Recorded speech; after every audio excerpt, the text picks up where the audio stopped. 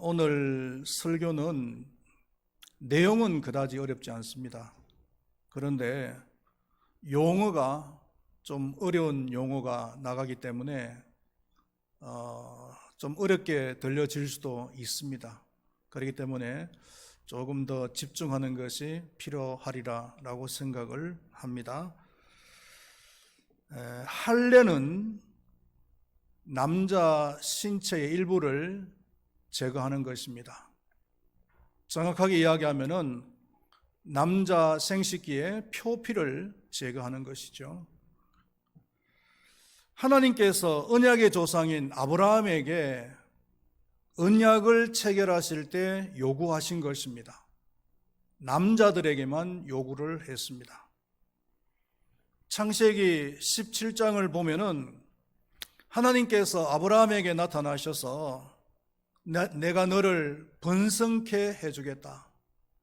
너의 후손을 통해서 한 민족을 이룰 것이며 또한 너의 후손을 통해서 여러 왕들이 나오게 해주겠다. 그리고 가나안 땅을 기업으로 주겠다라고 말씀을 하십니다. 이 말씀은 아브라함의 후손을 통해서 하나님의 구원의 계획을 이루어 나가시겠다는 말씀입니다. 약속입니다. 그리고 이렇게 하는 대신에 너와 너의 후손들은 나를 하나님으로 섬겨라. 그리고 그 증표로 남자들은 할례를 행하라. 이렇게 말씀을 하셨습니다. 이때부터 유대인들에게는 이 할례는 굉장히 중요한 문제가 되었습니다. 사명자의 길을 가려는 모세가 아들에게 할례를 행하지 않자 하나님께서는 모세를 죽이시려고까지 하셨어요. 그래서 모세의 아내 십보라가 재빨리 아들에게 할례를 행함으로써 죽음을 피할 수도 있었습니다. 그럼에도 불구하고 유대인들은 자신들이 받는 그 할례에 대해서 굉장한 자부심을 가지고 있었습니다. 이방인들과 자신들을 구별하는 가장 큰 기준이 되는 것은 이 할례라고 생각을 했습니다. 그래서 유대인들이 이방인들을 무시할 때도 그 근거가 할례를 받지 않았다는 것 때문에 무시를 했다는 거예요. 다윗과 골리앗의 얘기하시죠. 엘라 전투에서 있었던 얘기인데, 엘라 골짜기에서 있었던 얘기인데, 이 블레셋의 장수인 골리앗이 이스라엘 군에게 고함고함 지르면서 위협을 하고 있었잖아요. 이때 이스라엘 군사들은 주눅이 들어서 아무도 대꾸를 하지 못하고 있었습니다. 그때 아버지의 심부름차 이 전장에 왔던 다윗이 이 광경을 보고 화가 난 거예요. 다윗이 가장 화가 난 이유가 뭐냐 하면은 할례를 받지 못한 저 이방인이 할례를 받은 이스라엘 군사들을 갖다가 모욕한다는 거예요. 사무엘상 17장 26절 말씀에 보면은 이 할례를 받지 않은 블레셋 사람이 누구이기에 살아계시는 하나님의 군대를 모욕하느냐. 제일 화가 난 것이 할례를 받지 않은 사람이 할례 받은 사람들을 모욕하는 것. 여기에 대해서 다윗은 화가 났다는 거예요. 길보아 전투가 있습니다. 이 길보아 전투는 사울 왕과 사울 왕의 세 아들이 전사하는 그런 전투 현장이었습니다. 사울은 적의 화살을 맞아서 자신이 결코 살아날 수가 없다는 것을 직감을 합니다. 그래서 자신의 무기를 든 자에게 말을 합니다.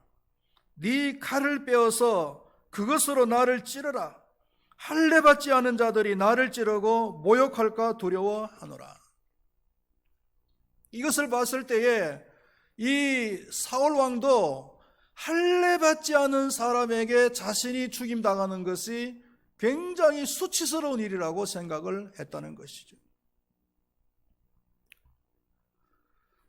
그렇다면 이 할례의 의미가 뭐냐? 이 할례의 의미에 대해서 한번 생각을 해보도록 하겠습니다. 유대인들은 이 할례를 굉장히 오해를 했는데요. 이 할례를 구원의 조건이라고 생각을 했습니다. 재미있는 것은 유대인들이 가지고 있었던 생각 중에 한 가지가 뭐냐면은 자신들에게는 천국에 들어갈 수 있는 패스포트가 있었는데 그것이 바로 할례였다는 겁니다.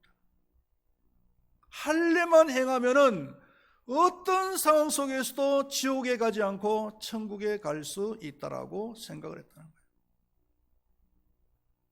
더더구나 재밌는 것은 뭐냐면은 지옥문 입구에서 아브라함이 할례 금사를 한다는 거예요. 그래서 할례를 행하기만 했으면은 그 사람은 절대로 지옥에 보내지 않고 방향을 바꿔서 천국으로 보내준다 라고 생각을 했던 것이 바로 유대인들의 생각이었습니다. 과연 이 생각들이 맞았을까요? 초대교회 때에는 이 할례 문제 때문에 심각한 갈등 내지는 문제가 발생을 했는데요. 바울과 바나바가 1차 전도여행을 마치고 안디옥에 잠깐 쉬고 있을 때였습니다. 유대로부터 어떤 사람들이 안디옥으로 내려왔어요. 아마 유대인들일 것입니다. 이 사람들이 안디옥에서 어떻게 가르치냐 하면은 할례를 받아야 구원을 받을 수가 있다라고 가르치는 거예요. 이것은 지금까지 바울 자신이 가르쳤던 내용하고는 전혀 달랐어요.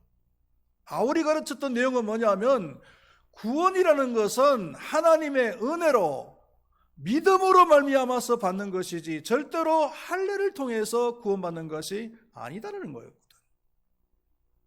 그래서 안디옥 교회 안에 많은 혼란이 발생했습니다. 그러니까 안 되겠다. 그러면은 지구상의 모교회가 되는 예루살렘 교회로 우리가 이 문제에 대해서 자문을 구해보자 해가지고 바울과 바나바 및 몇몇 장로들과 유대인들이 예루살렘 교회를 방문을 하게 됩니다. 그래서 소위 말하는 예루살렘 총회가 열리게 되죠. 이 예루살렘 총회에서 많은 얘기들이 오갔지만 결론적으로 초대교회 지도자였던 베드로가 뭐라고 결론을 내리냐면은 우리 조상들이 메었던 멍에를 우리에게까지 목에 두려 하느냐. 구원은 할례로 받는 것이 아니라 하나님의 은혜로 받는다 라고 결론을 내렸어요. 이 말에 대해서 또 다른 지도자였던 야곱이 동의를 표함으로써 예루살렘 총회의 결론은 할례로 구원을 받는 것이 아니라 하나님의 은혜로 믿음으로 구원을 받는 것이라고 결론이 났다는 것입니다. 할례의 참된 의미는 할례를 받음으로써 구원을 받는 것이 아니라 하나님의 약속에 대한 사람 편에서 순종과 그리고 충성의 약속입니다. 하나님께서 내가 너를 번성하게 해주겠다. 너의 후손을 통해서 구원의 계획을 이루겠다라고 말씀하셨을 때 아멘, 알겠습니다. 우리도 그러면 하나님만 섬기겠습니다. 순종하겠습니다. 충성하겠습니다. 라고 하는 육체적인 반응이 바로 할례였다는 거예요. 순종과 그리고 이 충성이라는 것은 율법이 요구하는 것이기도 하잖아요. 그러니까 할례를 받은 사람이든 아니면은 율법을 받은 사람이든 하나님께 순종하고 그리고 충성이 요구되어지는 것은 동일하다는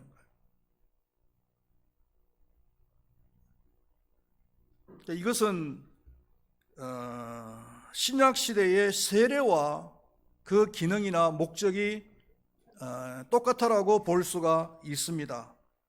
우리가 세례를 받는 것도 어떤 하나의 세레모니로 끝나는 것이 아니라 세례를 받음으로써 하나님께 순종하고 충성하겠습니다 라고 하는 그런 마음을 가지고서 세례를 받는 것이죠. 우리는 세례를 받는 사람들이기 때문에 더 이상 할례를 받지는 않는다는 것입니다. 그런데 문제가 뭐냐 하면은 모든 유대인들은 할례를 다 받았잖아요. 할례를 받았으면은 그 할례의 정신대로 순종과 그리고 충성을 다 해야 됩니다. 그렇잖아요? 약속이니까. 우리가 세례를 받았을 때도 세례를 받았으면은 믿음 생활을 잘해야 되는 거예요. 순종해야 되는 겁니다. 충성하는 삶을 살아야 되는 거예요. 그런데 할례는 행했는데 율법에 대해서 순종도 하지 않고 충성도 하지 않는다면은 이것은 이중적인 생활이 된다는 거죠. 이중적인 삶이 된다는 거죠. 하나님께서 아니면 예수님께서 그렇게 싫어하시는 삶이 되어버린다는 거예요.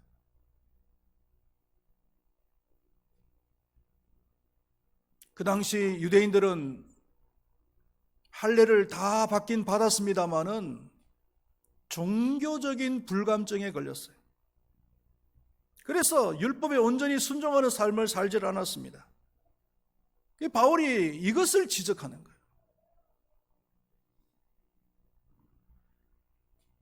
유대인들은 할례만 받으면 구원의 안정권에 들었다고 생각을 한 겁니다. 그러면서 율법의 정신을 망각을 해버리는 거죠. 이것은 큰 착각입니다. 그래서 바울이 말하는 것은 할례를 받고서도 율법의 정신을 망각을 해버리면 그 사람은 할례를 받지 않은 자와 같다. 할례를 받았는데 순종하지 않고 충성하지 않는 삶을 살아간다면 그 사람은 할례를 받지 않은 것과 마찬가지다는 거예요. 오늘 봉독했던 25절과 26절 말씀을 다시 한 번 더 읽어보겠습니다. 시작. 내가 율법을 행하면 할례가 유익하나 만일 율법을 범하면 내 할례는 무할례가 되느니라. 그런즉 무할례자가 율법의 규례를 지키면 그 무할례를 할례와 같이 여길 것이 아니냐. 한 번 더 읽어보겠습니다. 내가 율법을 행하면 할례가 유익하나 만일 율법을 범하면 내 할례는 무할례가 되느니라. 그런즉 무할례자가 율법의 규례를 지키면 그 무할례를 할례와 같이 여길 것이 아니냐. 할례를 받았으면은 순종과 충성을 다해야 되는데 만약에 할례를 받은 사람이 순종하지 않고 충성하지 않는다면은 그 사람은 할례를 받지 않은 사람과 마찬가지다. 그런 얘기예요. 또 반대로 할례를 받지 않은 사람이 순종하고 충성된 삶을 살아가면은 그 사람은 할례를 받은 사람과 마찬가지다. 이거예요. 무슨 뜻인지 알겠죠? 오늘 바울이 말하고자 하는 핵심 내용이 바로 이거예요. 할례를 받아놓고도 순종하지 않고 충성하지 않는 삶을 살아간다면은 그 사람은 할례를 안 받은 사람과 마찬가지고, 할례를 안 받은 사람이 순종과 충성된 삶을 살아간다면은 그 사람은 할례자와 동일하다라는 그런 말씀이에요. 왜 그렇습니까, 여러분? 하나님은 외모를 보시는 분이 아니라 중심을 보시는 분이시기 때문입니다. 할렐루야. 그런 측면에서 우리 기독교는 대부분의 외모 지향적인 것을 배제를 합니다. 교회 건물도 어떤 형식으로 지어야 된다라는 그런 기준이 없어요. 예배도 어떤 형식으로 드려야 된다라는 기준이 없어요, 여러분. 교회도 눈에 보이는 교회가 있고 눈에 보이지 않는 교회가 있잖아요. 눈에 보이는 교회보다도 눈에 보이지 않는 교회가 더 중요하다고 이야기하고 있습니다. 여러분들은 지금 오늘 교회 다 놓으셨기 때문에 눈에 보이는 교인들이에요. 그렇지만 여러분들 이 자리에 앉아 계시는 분들이 100% 다 천국에 가면 좋겠지만은, 그러나 100% 다 천국에 들어간다는 보장은 없어요. 이 중에서도 그 마음속에 아직까지도 예수님을 마음속에 영접하지 못한 사람이 있을 수도 있거든요. 그런 사람들은 제가 아무리 좋은 얘기를 한다 할지라도 천국에 갈 수가 없는 거예요. 그러나 눈에 보이지 않는 교인들은요, 100% 예수님을 내 마음속에 영접한 사람들이 모임이에요. 그 사람들은 100% 천국에 가는 거예요. 그러니까 기독교는 어떤 형식이나 어떤 외모를 지향하는 종교가 아니에요. 형식을, 모양을 배제합니다. 최대한으로 배제하는 거예요. 예배 형식도 편의상 우리가 이렇게 드리는 것이지만 꼭 이렇게 드려야 된다는 법은 없어요. 우리가 마음으로 정성을 다하고 순종하는 마음으로, 충성하는 마음으로 하나님께 찬양 드리고 예배 드리면 되는 것이지, 어떤 형식이 있어서 그 형식대로 안 드리면 잘못된 예배다, 그건 아니라는 거죠. 하나님은 외모를 보시는 분이 아니시고 우리의 중심을 보시는 분이십니다. 할렐루야.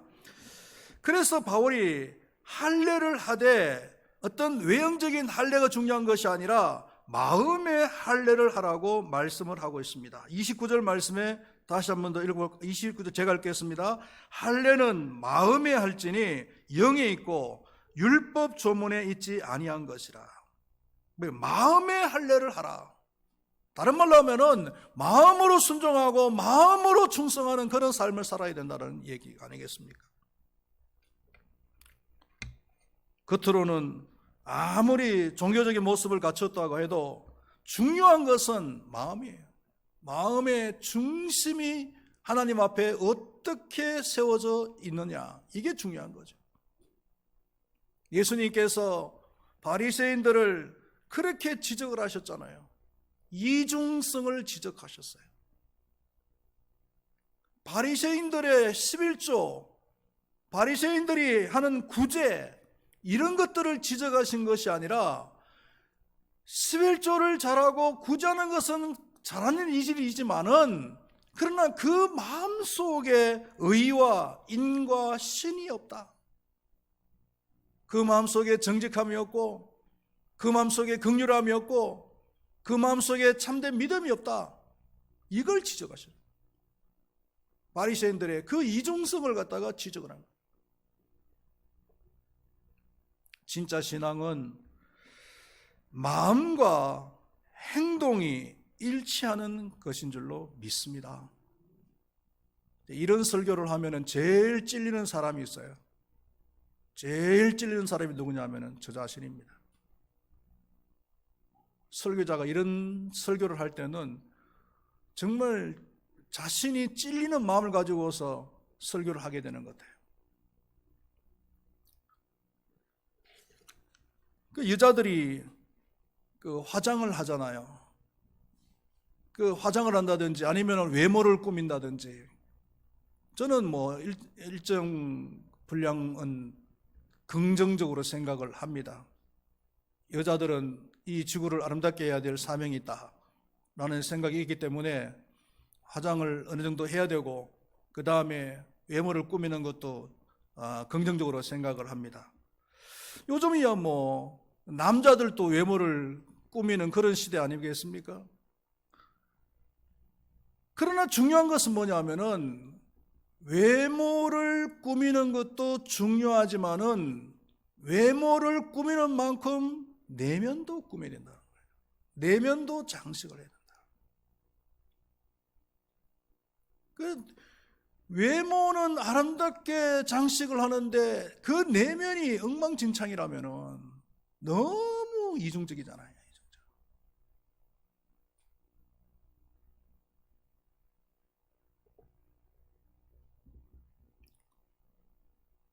설교의 결론입니다. 오늘 설교 제목이 표면적 유대인과 이면적 유대인이라고 했는데 말이 어렵죠. 그래서 표면적 유대인은 외면적 유대인이다 이렇게 생각을 하시면 되고, 이면적 유대인이라는 말은 내면적 유대인이다 이렇게 생각을 하시면 돼요. 그래서 육신의 할례를 하는 표면적 유대인이 아니라, 외면적 유대인이 아니라 마음의 할례를 하는 이면적 유대인이, 내면적 유대인이 진짜 유대인이다 라는 것이 바울이 주장하는 바인 겁니다. 여러분들은, 아니면 저 자신을 포함해서 우리 모두는 표면적 유대인이 아니라 내면적 유대인, 즉 이면적 유대인이 될 수 있기를 간절히 바라겠습니다. 교회 안에서 예배를 안 드려서 문제가 아니잖아요. 교회 안에서 봉사를 안 하는 것이 문제가 아니라 그 마음속에 기쁨으로 안 하는 것이 문제예요. 하나님께 열심히 봉사는 하는데 겸손하게 봉사를 안 하는 것이 문제예요. 원망하고 불평하고 그러면서 열심히 봉사하면은 중심을 보시는 그 하나님께서는 어떻게 보시겠냐? 칭찬하시겠습니까?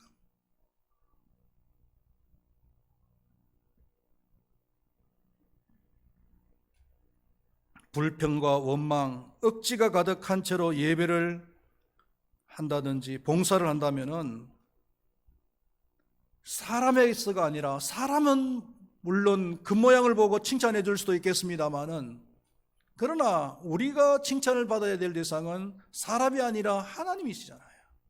오늘 봉독한 말씀에서 뭐라 그랬습니까? 그 칭찬이 사람에서가 아니요 다만 하나님에게서니라. 그러니까 우리의 내면이 바로 서 있어야 하나님께 칭찬을 받을 수가 있다는 거예요.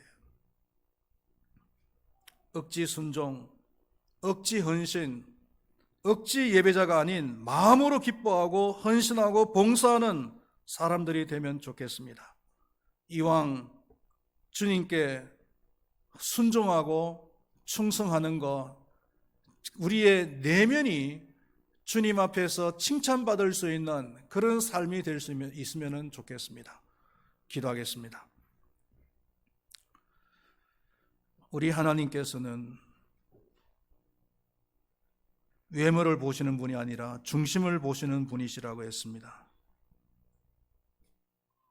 유대인들은 외적으로 할례는 행했지만 그러나 순종과 충성은 하지 않았습니다.